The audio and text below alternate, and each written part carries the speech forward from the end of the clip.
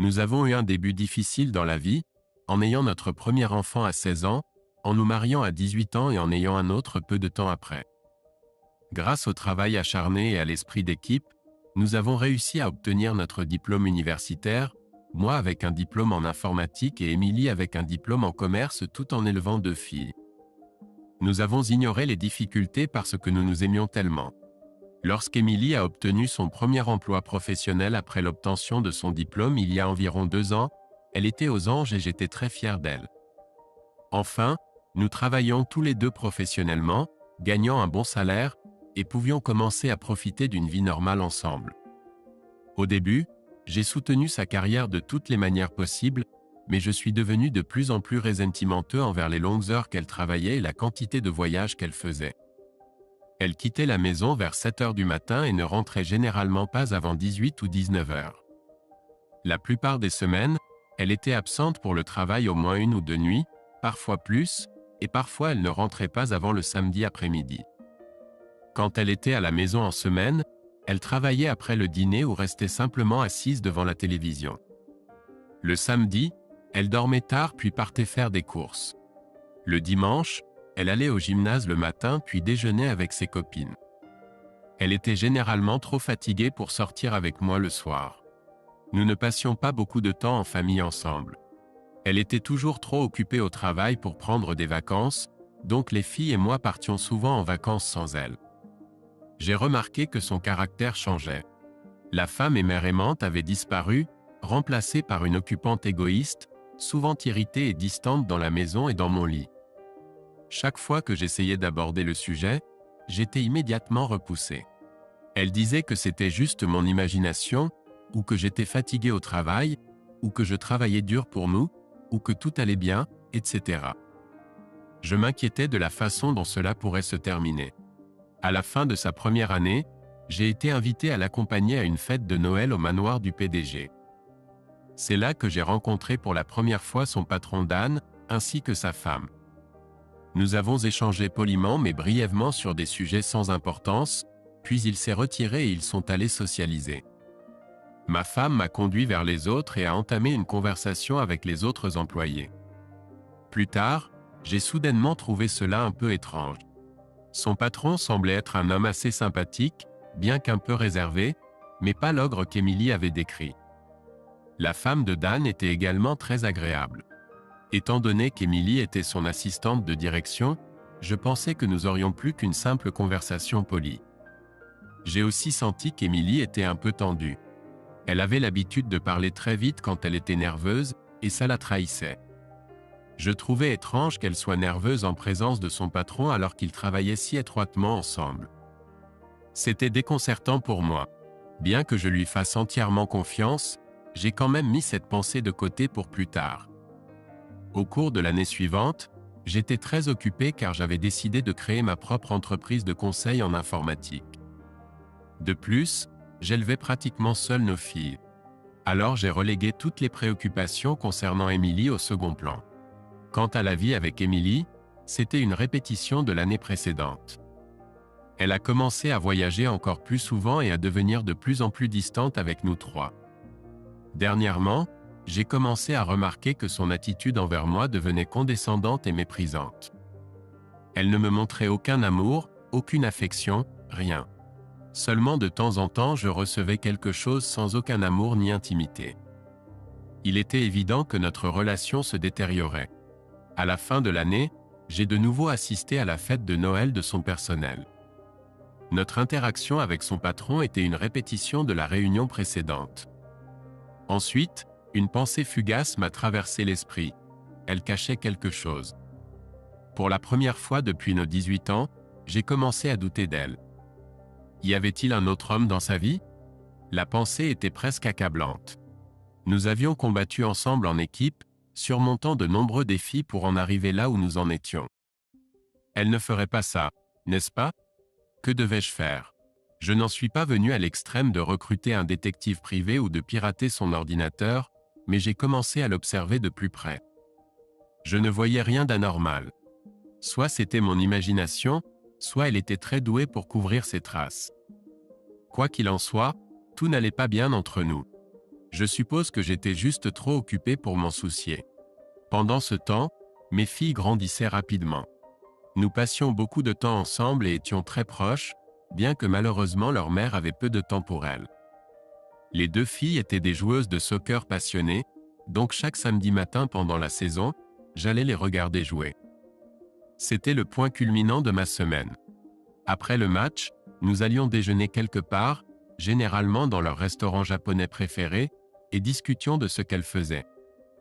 J'ai remarqué qu'elles ne mentionnaient presque jamais leur mère.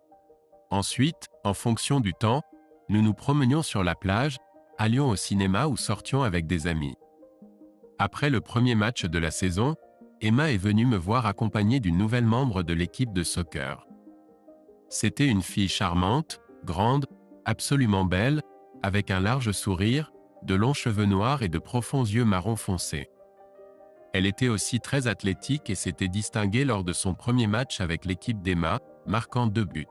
« Salut papa, voici Kali. Est-ce que je peux venir passer l'après-midi avec elle ? Salut Kali, enchanté. Bien sûr, Emma, tant que les parents de Kali ne voient pas d'inconvénient. » Kali s'est retournée et a appelé « Maman, est-ce qu'Emma peut venir cet après-midi ?» La femme, évidemment la mère de Kali, se retourna et commença à marcher vers nous. Oh là là! Elle était la version adulte de sa fille et absolument magnifiquement belle. Elle se présenta comme Sophie. Elle accepta volontiers qu'Emma vienne chez elle dans l'après-midi. Nous avons discuté un moment, mais je ne suis toujours pas sûr de ce que j'ai dit exactement. Je sais que j'ai bafouillé de façon incohérente. Après leur départ, mes deux filles ont éclaté de rire devant mon embarras puis se sont lancées des sourires complices. Le soir, Emma a rapporté que Sophie était très gentille. Elle était une mère célibataire depuis que le père de Kali était décédé dans un accident de voiture il y a environ 3 ans. Sophie a élevé seule Kali et son frère cadet Tom pendant 11 ans. Le fait qu'elle soit une mère célibataire a vraiment attiré mon attention. Le samedi suivant, alors que Lorraine et moi regardions Emma jouer au soccer, Sophie et son fils sont venus vers nous et nous ont demandé s'ils pouvaient regarder avec nous. Je me suis mentalement préparé à la revoir et j'étais déterminé à ne pas avoir l'air aussi stupide. Nous avons discuté pendant le match. Elle venait de déménager en ville pour un nouveau travail et ne connaissait pas encore beaucoup de monde. Elle était très heureuse que Kali ait rencontré une nouvelle amie en la personne d'Emma et m'a complimenté sur ma politesse. Après le match, Emma a demandé si Kali pouvait venir chez nous. Bien sûr, Emma, ce serait génial si cela te convient, Sophie. Bien sûr. Pourquoi Kali ne viendrait-elle pas maintenant et déjeuner avec nous? Tu aimes les sushis? Oui, j'adore ça. Super, c'est un accord. En fait, pourquoi ne déjeuneriez-vous pas tous les 3 avec nous? Ai-je murmuré. Merci beaucoup pour l'invitation, Emmanuel, mais je serai un peu encombrante pour votre famille, donc je ne viendrai pas. Je me sentais un peu dépassé quand Lorraine a pris la parole. Non, s'il te plaît, viens, Sophie. Ce serait vraiment sympa de t'avoir avec nous, et je pourrais enfin parler à une femme. Tu ne serais absolument pas encombrante. S'il te plaît. Elle m'a regardé. Si tu es sûr que je ne serais pas gênante, Emmanuel, ce serait merveilleux. J'ai secoué la tête et marmonné quelque chose d'incohérent à nouveau. Alors que nous nous dirigions vers nos voitures, Lorraine s'est tournée vers moi avec un sourire narquois et a fait un clin d'œil. Le déjeuner a été un grand succès. Nous, surtout les 4 filles, avons discuté pendant près de 2 heures. Je pense que Tom était content de la compagnie d'un autre homme, et nous avons un peu parlé entre nous d'ordinateur et de soccer. À un moment donné, j'ai entendu Sophie demander très simplement à mes filles si leur maman venait parfois regarder leur match de soccer. La réponse de Lorraine m'a surpris. Non, jamais. Elle n'est pas vraiment intéressée par nous. Elle est seulement intéressée par son travail et elle-même. Papa est aussi notre maman. C'est le seul qui se soucie de nous. Sophie m'a lancé un regard inquisiteur. Pendant le reste de la saison de soccer, nous avons pris l'habitude de déjeuner ensemble après chaque match. Emma et Kali sont devenus de proches amis et alternaient entre nos maisons après le match et parfois après l'école. Parfois, Tom venait aussi avec sa sœur, mais le plus souvent, il voulait passer du temps avec moi. Nous bidouillions souvent sur les ordinateurs, jouions au ballon ou faisions du vélo. J'ai aussi remarqué que Lorraine s'arrêtait souvent chez Sophie, et elles allaient parfois faire du shopping puis s'arrêter prendre un café et discuter. J'ai remarqué que mes filles ne mentionnaient jamais Sophie à leur mère, et moi non plus. Sophie et moi devenions aussi de vrais amis. Comme j'étais pratiquement un parent célibataire, comme elle, il était beaucoup plus facile pour nous de nous entraider dans l'éducation des enfants. Après la fin de la saison de soccer, nous étions de plus en plus seuls avec les enfants le samedi lorsqu'ils partaient en excursion ou rendaient visite à des amis. Quand ma femme n'était pas habituellement là, j'étais pratiquement libre. Ainsi, de plus en plus, Sophie et moi passions ce temps ensemble, à nous promener, déjeuner ou regarder des films. J'attendais de plus en plus avec impatience nos rencontres et j'ai réalisé que je m'étais épris d'elle. Malgré cela, nous n'avons jamais franchi la ligne de l'amitié. Un jour, autour d'une tasse de café avec Sophie, je lui ai dit que j'appréciais le temps qu'elle passait avec Lorraine. Tu sais, elle ne se tait jamais à ton sujet quand elle rentre à la maison. Sophie ceci, Sophie cela, et je ris. Eh bien, et Tom ne se tait jamais à ton sujet quand il vient te voir. Emmanuel ceci, Emmanuel cela, a-t-elle ri en retour. Sérieusement, il a besoin d'une figure masculine dans sa vie, donc j'apprécie que tu passes du temps avec lui. Puis elle a soudainement dit, pardonne-moi d'être franche, Emmanuel, mais il semble assez évident que tout ne va pas bien entre toi et ta femme.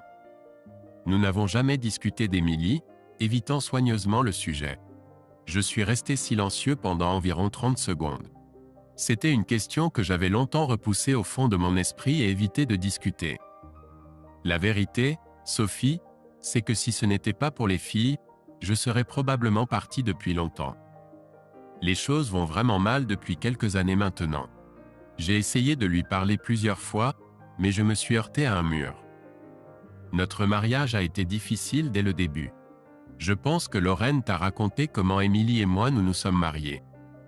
Oui, et elle se sent un peu coupable de t'avoir mis dans cette situation. Je sais que c'est fou et je lui dis que ce n'est en rien de sa faute. Cela a ouvert les vannes pour moi. J'ai passé la prochaine heure à déverser toutes mes peines sur Sophie. À la fin, elle s'est approchée et m'a fait un gros câlin. C'était mon premier vrai câlin féminin depuis une éternité. Je suis là pour toi chaque fois que tu as besoin de moi, Emmanuel, tu le sais. Je ne l'ai fait que serrer plus fort et ne pas la lâcher. Bientôt, une autre année était passée, et la fête de Noël annuelle pour les collègues d'Émilie est arrivée à nouveau. Ma réacquaintance avec son patron était très similaire aux 2 années précédentes. Cette fois, j'étais sur le qui-vive. Bien qu'Émilie et son patron semblaient beaucoup plus à l'aise qu'auparavant, quelque chose n'allait pas. J'avais de sérieux soupçons à propos de ces deux-là. Vers la fin de la soirée, Émilie s'est excusée pour aller aux toilettes. Après une minute, j'ai regardé et réalisé que son patron se dirigeait aussi nonchalamment à l'étage. J'ai décidé de la suivre et suis monté à l'étage à sa recherche. Elle n'était pas aux toilettes, alors j'ai regardé partout dans la grande maison et j'allais passer devant la porte entr'ouverte de la chambre quand j'ai entendu la voix de ma femme à l'intérieur. « Joyeux Noël, mon amour !» Une voix masculine a répondu « Joyeux Noël, mon amour !» J'ai jeté un œil par la fissure de la porte et j'ai vu Émilie et son patron s'embrasser longuement et passionnément, en se tenant dans les bras l'un de l'autre. Je me suis rapidement éloigné, choqué. Je suis descendu en réfléchissant à ce que je devais faire. J'étais au-delà de la colère, me sentant juste anéanti. Je n'ai pas de tempérament, donc au lieu d'une confrontation immédiate, je me suis calmé et j'ai décidé d'abord d'enquêter et de faire un plan d'action. Émilie est rapidement revenue, un peu essoufflée, et a passé le reste de la soirée à faire semblant d'être ma femme aimante. De mon côté, j'ai fait semblant que rien ne s'était passé. À la veille du Nouvel An, travaillant pendant qu'Émilie dormait, j'ai piraté son téléphone et son ordinateur portable. Émilie aurait dû savoir mieux. Conserver des preuves sur son ordinateur personnel, même si c'est vraiment bien caché, n'est pas très intelligent lorsque le métier de son mari est le piratage informatique. Mes pires craintes se sont réalisées. Il y avait une trace de preuve dans ses comptes de travail, personnels et secrets. Émilie entretenait une liaison de longue date avec son patron, qui avait commencé il y a plus de 2 ans. J'ai également découvert des photos et des vidéos montrant l'ampleur de sa trahison. À partir de leur correspondance par email, j'ai réalisé qu'Emily et Dan avaient même discuté de quitter leur partenaire pour être ensemble. Elle semblait intéressée, mais son amant était plus prudent. J'étais vraiment un mari stupide et ignorant. J'ai installé un programme de surveillance clandestin dans son téléphone et son ordinateur portable. Je pourrais surveiller à distance chacun de ses mouvements électroniques et physiques si je le voulais. Mon mariage était clairement terminé. Maintenant, je devais obtenir la garde de mes filles et protéger mon entreprise et mes finances. En ce début d'année, j'ai consulté un avocat en divorce. Elle m'a dit que les divorces sont sans faute, donc on ne peut pas poursuivre pour adultère. Cependant, dans une affaire de garde d'enfants, une fois qu'ils atteignent 14 ans, ils ont le droit de décider avec quels parents ils veulent vivre après la séparation. Elle a également élaboré une stratégie pour protéger ma société des paiements financiers et d'un divorce. Emma aura 14 ans dans 6 mois. Jusque-là, je pouvais tolérer de vivre avec Emily, et cela me donnait le temps de me préparer. Pour que ça marche, je devais tout garder secret d'Emily. J'ai dit à Sophie ce que j'avais découvert, et elle a pleuré. C'était inattendu. Je pensais être celui le plus bouleversé et avoir besoin d'une étreinte. Je l'ai serrée contre moi pendant un moment, et elle a commencé à me dire en larmes que son mari avait été assassiné alors qu'il était en voiture avec sa secrétaire. Lorsqu'elle a fouillé dans ses affaires après sa mort, elle a découvert qu'ils avaient une liaison. Cela a rendu sa perte encore plus difficile. Une fois remise, nous avons parlé un peu plus et je lui ai parlé de mes projets de quitter Emily. Elle a seulement souri. Pour mettre mes projets en action, j'ai d'abord convaincu ma femme que puisque nous gagnions tous les deux bien notre vie maintenant, nous devrions vendre notre petite maison et louer un endroit plus grand en attendant de trouver notre maison de rêve. Nous utiliserions l'argent de la vente pour verser un acompte sur une nouvelle maison. Elle a accepté sans hésiter. Notre maison s'est vendue très rapidement et nous avons loué un autre endroit à proximité. J'étais locataire pour seulement 6 mois. J'en avais assez de partager un lit avec Emily quand elle était à la maison. Lorsque nous avons emménagé dans notre logement de location, j'ai attrapé un gros rhume. J'ai utilisé cela comme excuse pour déménager dans la chambre d'amis pour ne pas devoir la lui céder. Je n'y suis jamais retourné après ça, et elle n'a jamais commenté. Peut-être qu'elle n'a pas remarqué, ou peut-être qu'elle aimait ça. Ensuite, j'ai convaincu mon père, à qui je m'étais aussi confié, de démarrer une nouvelle entreprise informatique dont il serait le seul propriétaire. J'étais son seul employé. J'ai ensuite fermé ma propre entreprise et j'ai commencé à gérer la mienne à travers la sienne. Tout se passait comme prévu jusqu'à ce que je rencontre une Lorraine très nerveuse et effrayée. Lorraine sortait avec son premier petit ami, et j'ai immédiatement pensé qu'elle était enceinte, tout comme sa mère. « Papa, c'est difficile pour moi de te le dire, mais maman a une liaison avec son patron. » J'étais choqué qu'elle le sache et je suis resté sans voix pendant un moment. « Vraiment ? Qu'est-ce qui te fait penser ça ? » Eh bien, juste après notre déménagement, Emma et moi sommes retournés à notre ancienne maison pour récupérer des affaires qu'elle avait oubliées. Maman et son patron étaient là. Eh bien, c'est un peu bizarre, mais ça ne prouve rien. J'ai dit, je sais pour leur liaison, Lorraine. Je le sais depuis longtemps. Alors pourquoi ne fais-tu rien contre cette fille qui trompe ? Emma l'a aussi vu ? Oui. J'ai appelé Emma, qui se cachait à portée de voix au coin de la rue, et elle est entrée timidement dans la pièce. Je les ai serrées toutes les deux très fort. Je savais à quel point c'était horrible pour elle de voir ça, surtout la jeune Emma. Pouvez-vous garder un très gros secret toutes les deux ? Elles ont acquiescé. J'ai l'intention de te quitter bientôt, maman. J'attends juste qu'Emma ait 14 ans pour que vous puissiez toutes les deux choisir légalement avec qui vivre. Avec toi.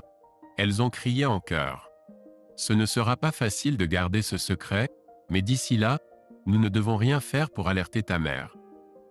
Elles ont souri complices. Ensuite, j'ai demandé à Sophie de discuter avec Lorraine. Elle avait maintenant son premier petit ami, et je ne voulais pas qu'elle suive les traces de sa mère. Heureusement, Emily ne se montrait pas aussi souvent, donc nous pouvions tolérer sa présence occasionnelle et garder notre secret. Nous en avons même profité davantage quand elle n'était pas à la maison, sachant que la fin était proche. Nous avons passé de plus en plus de temps avec Sophie et ses 2 enfants, déjeunant souvent chez l'un ou chez l'autre ou sortant ensemble. Un vendredi après-midi, alors que ma femme était censée être en conférence tout le week-end mais était en réalité avec son patron à l'hôtel, Lorraine a dit « Papa, je vais garder Sophie aujourd'hui. » Vraiment? Que fait-elle? Elle va dîner avec un gars à la brasserie Paris, tu sais, ce restaurant français chic en ville. J'ai immédiatement ressenti une vraie jalousie et j'ai essayé en vain de ne pas le montrer. Ma fille m'a regardé avec une expression de pitié sur le visage. Elle sort avec toi, idiot. Il est grand temps que vous fassiez un vrai rendez-vous. J'ai déjà fait des réservations, alors appelle-la maintenant et invite-la correctement, me tendant son téléphone. Et si elle ne veut pas sortir avec moi? Après tout, nous ne sommes que des amis. Je ne veux pas qu'elle se sente gênée. Comment as-tu réussi à être assez intelligent pour obtenir ton diplôme universitaire? C'est au-delà de moi. Appelle-la maintenant. J'ai appelé, et Sophie, à en juger par le son de ma voix, était absolument ravie et a immédiatement accepté. J'ai eu comme un pressentiment que ce n'était pas une surprise. Il m'a fallu 3 essais cette nuit-là avant que mes filles soient satisfaites que j'étais correctement habillé pour le dîner. Juste au moment où j'allais partir, Cali et Tom sont entrés. En réponse à mon regard perplexe, Lorraine a dit « Oh, j'ai oublié de te dire qu'ils passeront la nuit ici ce soir, donc ne t'inquiète pas de rentrer tard ou pas du tout si tu veux. » Elle a souri et m'a remis un sac de nuit déjà prêt. Tous nos enfants étaient visiblement impliqués dans un complot déterminé. Quand je suis arrivé, Sophie m'a accueilli à la porte. Oh mon Dieu! Elle avait l'air absolument incroyable. Eh bien, dis quelque chose, Emmanuel. Je ne peux pas. Je n'ai pas de mots. Est-ce que ça te plaît? M'a-t-elle demandé en se tournant sur elle-même. Oh, beaucoup plus que ça, Sophie. J'ai eu le meilleur dîner de ma vie, et nous avons passé un merveilleux moment ensemble. À la fin de la soirée, alors que nous montions vers la porte d'entrée de sa maison, j'ai dit « Je sais que nos enfants ont arrangé pour que je passe la nuit, mais tu n'es pas obligé. » Elle a répondu « Je compte sur toi pour rester. » Je n'allais pas discuter avec ça. Nous étions un peu timides et hésitants au début. J'ai laissé sortir toutes mes frustrations mentales et j'ai eu l'impression d'être mort et d'être allé au paradis. Le lendemain matin, nous avons entendu le bruit de nombreux pas dans l'escalier, des voix dehors, et un coup à la porte de la chambre, qui s'est ensuite ouverte. Lorraine a passé la tête à l'intérieur. « Bonjour, vous deux. Il est presque 10 heures et nous en avons eu assez d'attendre, alors nous sommes entrés. Le petit déjeuner sera prêt en bas dans 20 minutes. Oh, et je demanderai si vous avez passé une bonne soirée, mais à en juger par l'expression sur votre visage, ce n'est pas nécessaire. » Nous avons souri. On a entendu des rires à l'extérieur de la porte et ils sont tous partis. Comment avons-nous réussi à avoir un groupe d'enfants aussi merveilleux, Sophie? Le petit déjeuner qu'ils ont préparé était délicieux et c'était merveilleux de le passer en famille. Plus tard à la maison, j'ai essayé de me justifier auprès de mes filles pour ce qui s'était passé entre Sophie et moi. Après tout, techniquement j'avais été infidèle à leur mère. Elles ont juste roulé des yeux et ri de ma maladresse. « Papa, il est temps que tu sois à nouveau heureux. De toute façon, tu n'es plus marié à maman. Elle t'a quitté il y a longtemps. Alors, à quoi jouent tous ces complices? En fait, nous sommes tous d'accord. Emma et moi avons besoin d'une mère et Cassie et Tom ont besoin d'un père. Toi et Sophie êtes faits l'un pour l'autre. Donc tout le monde est gagnant. Même si je pensais que c'était une bonne idée, Sophie pourrait ne pas l'accepter. Papa, la vérité. Même toi devrais pouvoir dire ce qu'elle ressent pour toi et ce qu'elle veut. Ai-je mon mot à dire dans cette affaire? Non, absolument aucun, papa. À en juger par leurs expressions, ils étaient totalement amusés par tout cela. Maintenant, j'étais vraiment à la merci de mes filles. Quelques jours plus tard, lors d'un dîner en famille, j'ai annoncé mon intention de partir à la recherche d'une maison le week-end suivant. Sophie m'a demandé quel type de maison je cherchais. Je voulais être près de la plage, sur 2 étages, avec un grand salon familial, une salle d'évasion pour les enfants, un grand jardin et une piscine. Il devrait y avoir au moins 6 chambres au cas où ma famille s'agrandirait, car on ne sait jamais. En la regardant droit dans les yeux, j'ai ajouté « Je veux aussi m'assurer qu'elle plaira à la femme dont je pourrais tomber follement amoureux ». Sophie m'a fixé pendant 1 minute entière, puis s'est approchée de moi et m'a embrassé passionnément devant les enfants. Lorsque nous avons repris notre souffle, ils nous ont regardés en silence puis ont explosé de joie, dansant autour de nous. J'ai pris cela pour un oui. Après des semaines de recherche, nous avons trouvé l'endroit parfait. Nous avons décidé de l'acheter ensemble. Elle a utilisé l'argent de l'assurance vie de son mari et j'ai utilisé le produit de la vente de ma maison comme garantie. Tout était prêt pour une confrontation avec Émilie. À l'approche du 14e anniversaire d'Emma et donc du jour J, Émilie a annoncé qu'elle partait pendant 7 jours pour assister à une conférence de vente sur la côte ouest. J'ai ensuite vérifié ses emails et découvert qu'elle partait en réalité en vacances avec son patron pour célébrer leur 3e anniversaire de mariage sur l'île de Bali en Indonésie. Pour éviter de soulever des soupçons au travail, ils ont dit à tout le monde qu'ils partaient en vacances avec leur famille car ils travaillaient tellement dur qu'ils les négligeaient. Elle quitterait le travail un jour plus tôt que son patron et volerait seule à Bali. Il volerait un jour plus tard. Elle reviendrait au travail un jour plus tôt que son patron pour que le scénario paraisse crédible. Ils devenaient paresseux. Leurs astuces n'étaient pas à la hauteur de leurs normes habituelles, car tout cela pourrait facilement se dénouer si quelqu'un vérifiait. Émilie est partie pour sa conférence et nous avons immédiatement commencé à emballer et à déménager nos affaires dans notre nouvelle maison, où Sophie et les enfants avaient emménagé 1 mois plus tôt. Le dieu balinais de la vengeance, s'il existe, souriait vraiment à ma destinée. La nuit même de l'arrivée d'Émilie, le volcan Agung, un volcan actif à Bali, a commencé à entrer en éruption avec une force totale, projetant des nuages de poussière volcanique dans l'air. Tout le trafic aérien à destination et en provenance de Bali a été immédiatement suspendu. Son amant est resté à la maison et Émilie était coincée à Bali seule pour célébrer leur anniversaire de mariage. C'est impossible à rattraper, j'ai tellement ri que j'ai failli me faire pipi dessus. Le volcan continuait d'entrer en éruption et tous les vols étaient toujours annulés, séparant les amants. En coulisses, je vérifiais ses emails et messages chaque jour pour m'amuser. Les amants n'étaient pas heureux au camp et Émilie était très ressentie envers Dan, comme si c'était de sa faute. De temps en temps, Émilie appelait à la maison et me racontait à quel point elle était occupée lors d'une conférence et blablabla. Lorsque j'ai finalement obtenu un accès à distance à son ordinateur portable, il s'est avéré que pendant l'appel téléphonique, elle avait cherché frénétiquement sur Internet des informations pour trouver des réponses plausibles. Pendant ce temps, nous étions tous les 6 en train de nous installer dans notre nouvelle maison. J'ai demandé à mon avocat de déposer un document de séparation auprès du tribunal de la famille.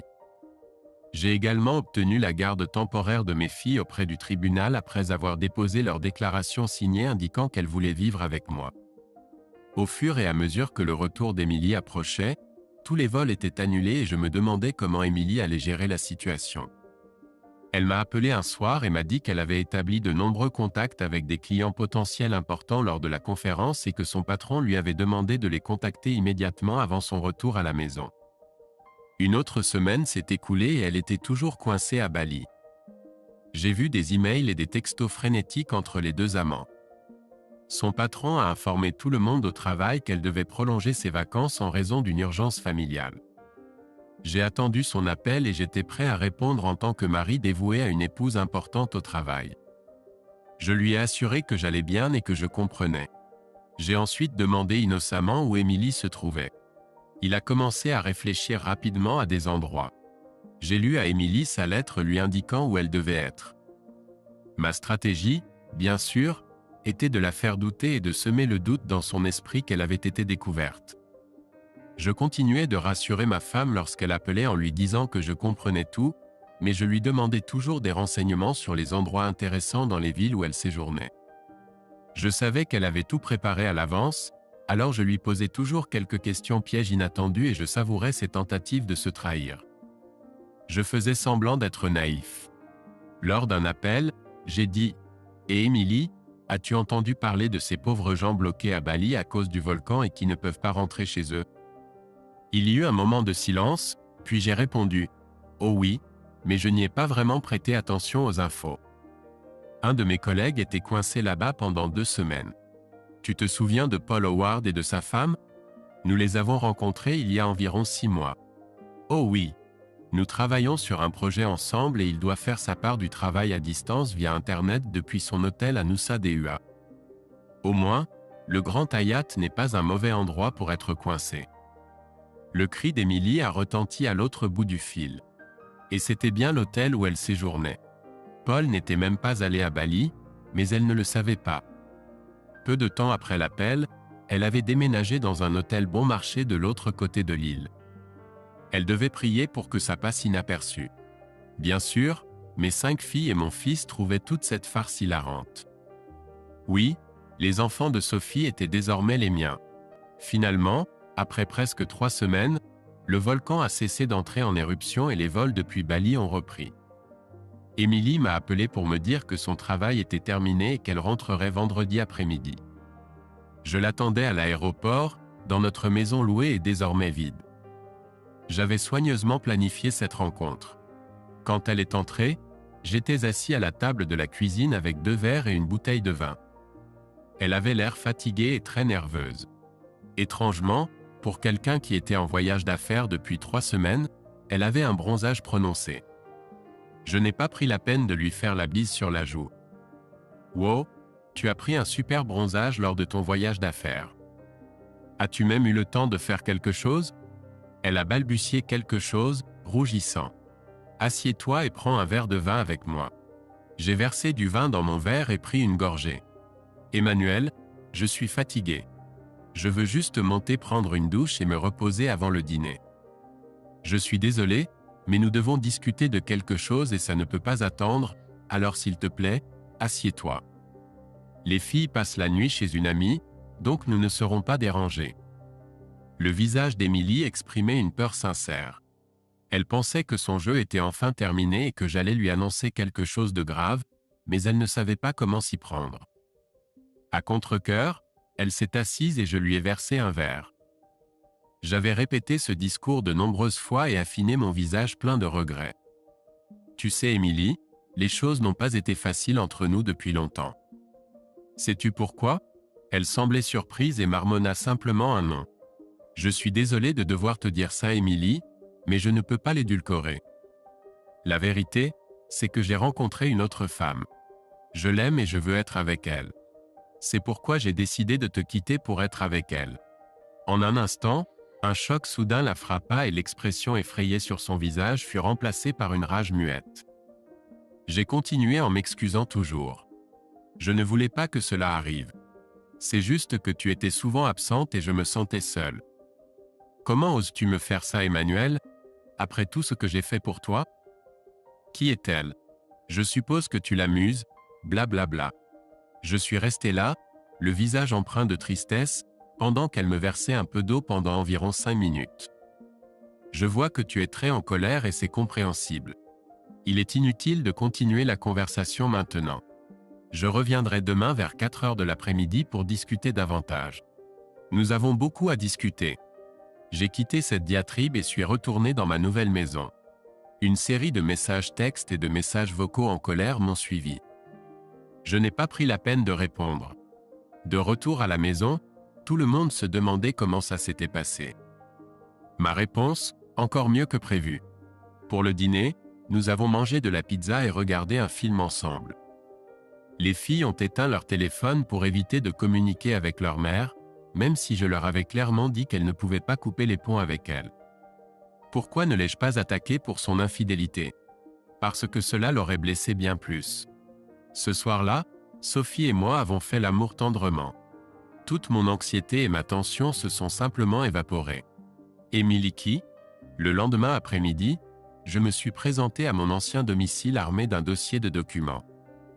J'ai été accueilli par une Émilie toujours très contrariée ainsi que par sa meilleure amie Claire, qui était avocate et que je n'avais jamais appréciée. J'ai vu d'anciens emails où Claire avait encouragé Émilie à poursuivre l'affaire au tout début, alors qu'Émilie se sentait coupable et pensait à rompre. Je me suis assis à la table face à elles deux. Claire semblait être la porte-parole et l'attaque était la meilleure défense. Elle a entrepris de me dire longuement à quel point j'étais un salaud et à quel point Émilie était une merveilleuse épouse et mère. comment j'avais profité d'elle pendant son absence et travaillé si dur pour la famille. Comment je devrais la supplier de revenir. Sinon, elle me dépouillerait lors du divorce, prendrait les filles et je ne les reverrai jamais. Quels hypocrites. Après hier soir, ils ont apparemment décidé que si je savais pour sa liaison avec son patron, je l'aurais mentionné. J'ai gardé un air triste, désolé et interrogateur sur mon visage. Émilie, je réalise à quel point cela te fait mal, mais je suis un peu surpris que tu sois si en colère. Depuis un certain temps, je n'ai pas eu l'impression que tu m'aimais vraiment. Tu as été physiquement et émotionnellement absente de notre mariage ces 3 dernières années. C'est absurde, Emmanuel. Bien sûr que j'ai été là. Je sais que je travaille dur, ce qui me distrait souvent de mon travail, mais je l'ai fait pour nous. Alors dis-moi, Émilie, quand était la dernière fois où nous avons fait l'amour? Émilie est restée silencieuse. Je peux te dire que c'était il y a 3 ans. Oui, nous avons très rarement des rapports sexuels, mais je parlais de faire l'amour. Je peux te donner la date exacte de la dernière fois. Souviens-toi, il y a 3 ans, tu étais en voyage d'affaires et tu as oublié d'appeler Emma pour son 11e anniversaire. Elle a essayé de t'appeler plusieurs fois dans la soirée, mais n'a jamais réussi à te joindre.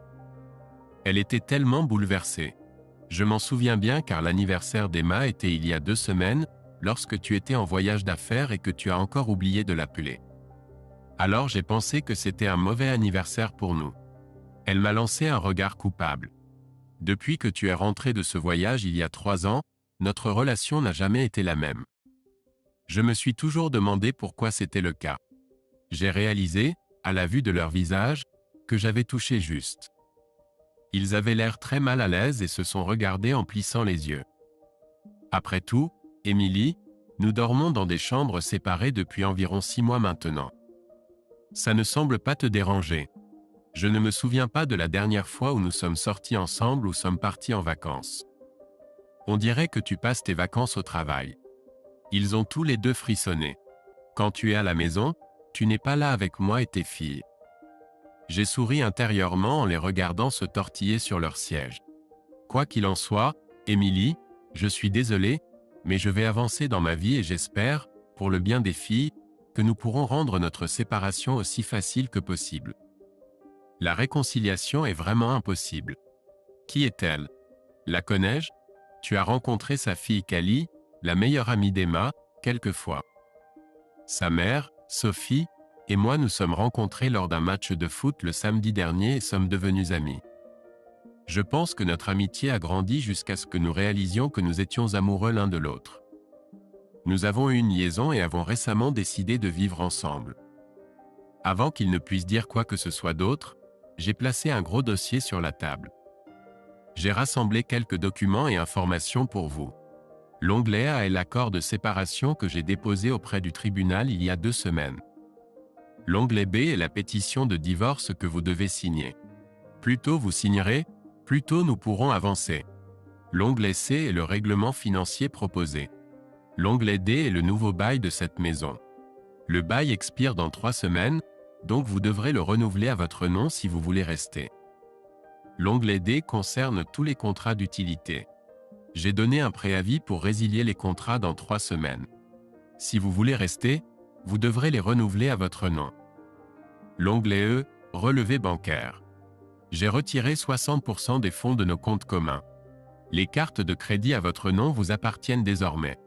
Enfin, l'onglet F est une ordonnance judiciaire temporaire pour la garde et la pension alimentaire. Les filles ont décidé de venir vivre avec moi, donc la garde sera gérée par moi. La pension alimentaire sera prélevée directement sur votre salaire.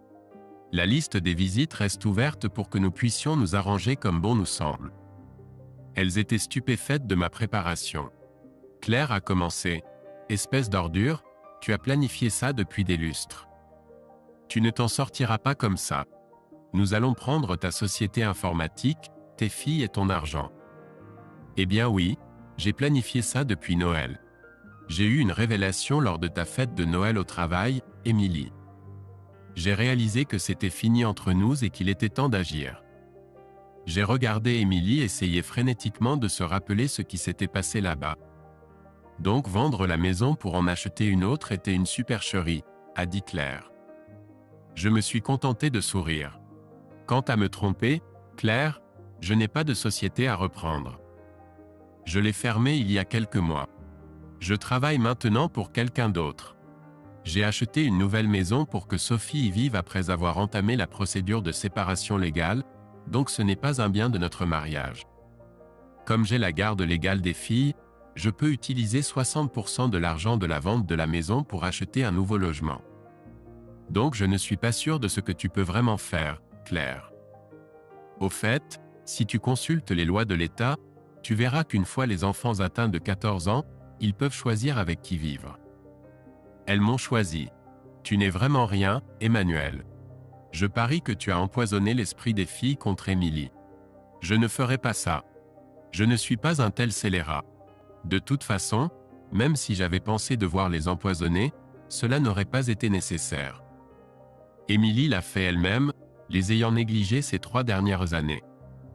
Tu as beaucoup de travail à faire avec elles, Émilie, pour les récupérer.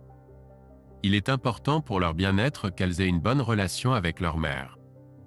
Elle ne les a pas négligées. C'est une bonne mère. Ce n'est pas ce qu'ils pensent, Claire. Elle a été pratiquement absente de leur vie pendant des années. Émilie, demande-toi, qui les nourrit? Qui les emmène aux activités sportives?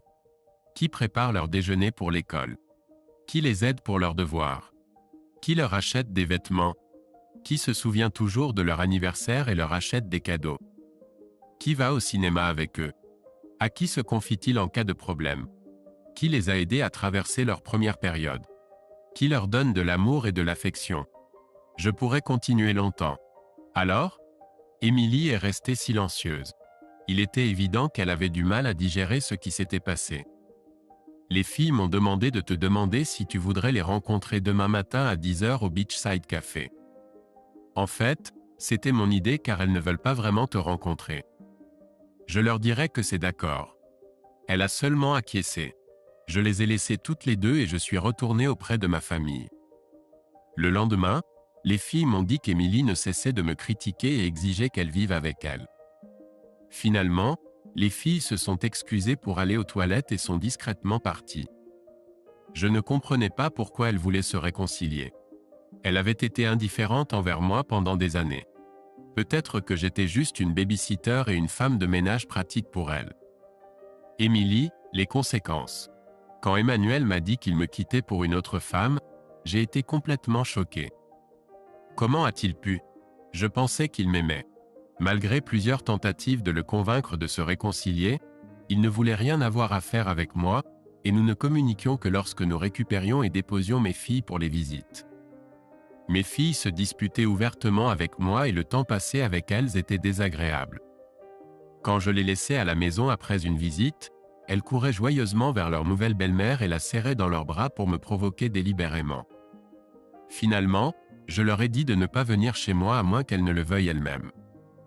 J'avais toujours imaginé que ma vie continuerait comme avant, avec mon amant pour me faire plaisir sur la route et mon mari pour s'occuper de moi à la maison. Le choc et la dévastation émotionnelle d'Emmanuel me quittant étaient énormes. Plusieurs mois se sont écoulés, et plus j'y pensais, plus je réalisais que même si c'était une énorme surprise, cela n'était pas destiné à être. Emmanuel avait raison, j'avais été une épouse absente à bien des égards. Pendant les 3 dernières années, j'avais concentré tout mon amour, toute mon intimité émotionnelle sur Dan. Il ne restait presque rien pour lui. J'ai réalisé que la seule vraie surprise était qu'il soit resté si longtemps. Je ne pouvais pas payer ma mensualité de maison et la pension alimentaire pour mes enfants, alors j'ai dû déménager dans un petit vieux appartement. J'ai passé des nuits à la maison seule, à regarder la télévision et à manger de la nourriture à emporter de mauvaise qualité.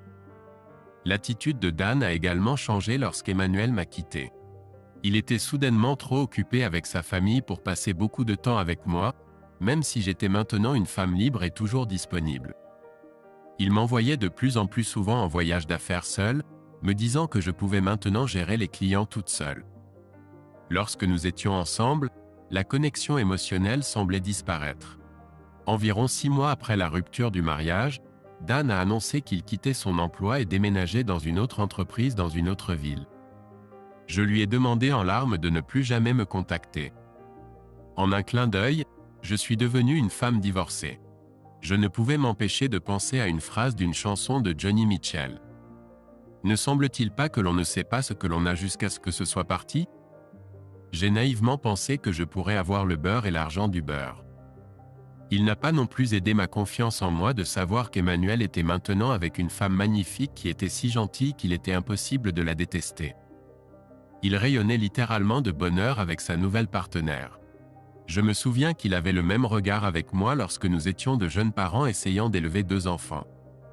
Peu importe les défis auxquels nous avons été confrontés, nous avons combattu ensemble pour les surmonter et étions heureux et amoureux.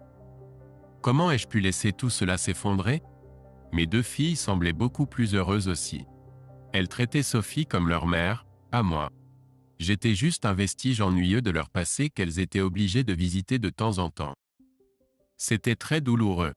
Je pense avoir touché le fond lorsque je me suis plainte à mes filles de ma situation. Lorraine m'a regardé froidement. Alors, tu as finalement quitté ton père? Je sais que je n'étais pas la femme parfaite et que j'ai été un peu négligente envers vous toutes. Mais c'est lui qui m'a quitté pour une autre femme. Maman, il t'a quitté parce que tu as eu une liaison avec ton patron pendant 3 ans. Le regard d'horreur sur mon visage en disait long. J'avais tellement honte. Emmanuel avait su depuis le début, mais il n'avait rien dit. Ma vie empestait l'alcool. J'avais vraiment tout gâché, laissé un bon mari et perdu mes filles. Fidèle à sa parole, Emmanuel a conseillé à nos filles de rester en contact avec moi. Il avait raison. J'avais beaucoup de travail à faire pour les récupérer. Peu à peu, elles ont commencé à venir vers moi sans contrainte et parfois elles restaient même la nuit. Un soir, alors que je conduisais les filles vers leur nouvelle maison, j'ai demandé à Emmanuel si nous pouvions avoir une petite discussion. Il est descendu de la voiture avec moi. Je me suis tourné vers lui. Lorraine m'a dit que tu sais pour Dan et moi. Je suis vraiment désolé, Emmanuel. Tu as été un bon mari et tu ne méritais rien de ma part. J'étais juste une salope ingrate et égoïste et j'ai eu ce que je méritais. Il a seulement acquiescé. Pourquoi ne m'as-tu pas dit que tu connaissais Emmanuel? Peut-être que tu aurais pu m'arrêter assez tôt pour sauver notre mariage? Quand as-tu découvert? Je t'ai surpris avec ton patron quand vous vous êtes éclipsés ensemble lors de la fête de Noël au bureau l'année dernière. Je n'ai rien dit. Après cela, j'ai fouillé et découvert tout ce que vous deux aviez fait. J'ai rougi épaissement, j'étais tellement embarrassé. Je dois admettre que ça m'a vraiment amusé quand tu étais coincé à Bali tout seul. Mon Dieu, je me sens tellement misérable. Tu dois me détester. Alors pourquoi ne m'as-tu pas affronté en face? J'étais très en colère contre toi et je voulais que tu ressentes ma rancœur et que tu subisses un peu de vengeance. J'ai fait des recherches et découvert que tu n'es pas la première secrétaire avec qui ton patron a couché. Il a en fait une longue histoire de séduction et d'abandon. J'ai décidé que la meilleure façon de te punir était de juste garder le silence et laisser les événements se dérouler. Sachant son passé, j'ai pensé que si votre liaison restait secrète, il te garderait probablement en suspens pendant un moment puis finirait par se lasser de toi et te larguerait pour quelqu'un d'autre. J'avais peur que si je faisais un scandale, sa femme le découvrirait et le divorcerait. Ensuite, il serait libre d'être avec toi et tu échapperais probablement à toute punition. J'ai aussi pensé que tu te sentirais beaucoup plus mal si tu pensais que je t'avais juste quitté pour une autre femme. Je dois dire que ta stratégie a parfaitement fonctionné. Tu as vraiment eu ta revanche, Emmanuel. Ma vie est devenue un enfer. Je suppose qu'avec du recul, je suis désolé que tu aies été si blessé. Enfin, pour être honnête, un peu désolé. Tu n'as pas besoin de t'excuser, c'était de ma faute. J'aurais tourné le dos si tu avais fait ce que j'ai fait. Avec du recul, j'ai juste été séduit par l'excitation et j'en suis devenu accro. J'ai essayé d'arrêter au début, mais à ce moment-là, il était trop tard. J'étais tellement obsédé par ça et consumé par mes désirs que j'ai juste oublié à propos de toi et de mes filles pendant un moment. Ma colère est passée maintenant, Émilie, et je te pardonne. Je suis aussi devenu plus philosophe à ce sujet. Après tout, je ne serais pas avec Sophie maintenant si tu ne m'avais pas trompé. Oui, je sais, c'est ce qui fait le plus mal.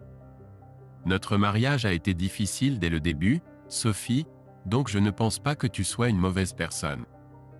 Oui, tu as commis une très grosse erreur, mais il était un maître séducteur.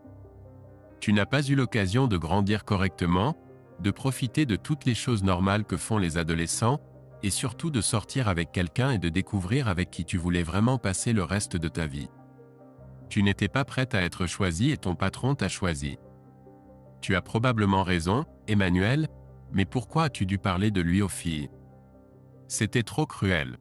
Pas étonnant qu'elles me détestaient. Je ne leur ai pas dit, Émilie, elles me l'ont dit. Quoi? Comment? Elles sont revenues toutes les deux à notre ancienne maison de façon inattendue et vous ont surpris tous les deux dans le salon. Tu te souviens, juste après avoir déménagé nos affaires? Au début, je ne pouvais pas me rappeler, et puis je me suis souvenu avec horreur. Qu'ont-elles vu? À peu près tout, même Emma. Lorraine m'a décrit l'événement en détail. Tout mon corps semblait s'effondrer et j'ai commencé à sangloter à chaudes larmes, sans prêter attention à ce qui m'entourait. Je ne sais pas combien de temps j'ai pleuré, mais j'ai réalisé qu'Emmanuel avait les bras enroulés autour de moi, me soutenant et me tenant fermement contre lui, ma tête enfouie dans sa poitrine. La sensation familière et l'odeur m'ont fait éclater en sanglots à nouveau. Il m'a soulevé dans ses bras et m'a porté dans la maison pour me déposer sur le canapé. Je me sentais tellement mal. Tout le monde, y compris la nouvelle compagne d'Emmanuel, Sophie, était si doux et attentionné. Elle a insisté pour que je reste pour me calmer, et quand je suis revenu à mes esprits, elle a insisté pour que je reste dîner. Assise à table avec sa nouvelle famille, Emmanuel avait l'air si heureux. J'avais vraiment tout gâché. En sortant de la voiture ce soir-là, il a posé ses 2 mains sur mes épaules. Émilie, je ne veux pas que tu te blâmes sans cesse et que tu sois malheureuse. Nous avons eu un départ très difficile dans la vie quand nous étions trop jeunes pour devenir parents et nous engager l'un envers l'autre pour le reste de nos vies. Si tu y réfléchis, la chose la plus incroyable est que notre mariage a duré aussi longtemps, 14 ans. C'est un mérite à nous deux. Regarde les points positifs. Nos 2 erreurs ont donné naissance à 2 adorables filles, que nous avons élevées en 2 merveilleuses jeunes femmes. C'est un héritage fantastique de notre mariage qui ne pourra jamais nous être enlevé. Tu as raison, Emmanuel. En parlant d'erreur, je dois dire que j'en ai commis une autre. Sophie est enceinte, donc nous nous marions plus tôt que prévu. Tu sembles être très enclin aux erreurs. Tu étais un homme bien et un bon mari, Emmanuel, mieux que je ne le méritais. Je te souhaite le meilleur. Je lui ai donné une accolade et un baiser sur la joue, puis je suis parti. Ma place était effectivement prise. J'espérais pouvoir trouver un autre homme aussi bien que lui, mais il y avait peu de chance.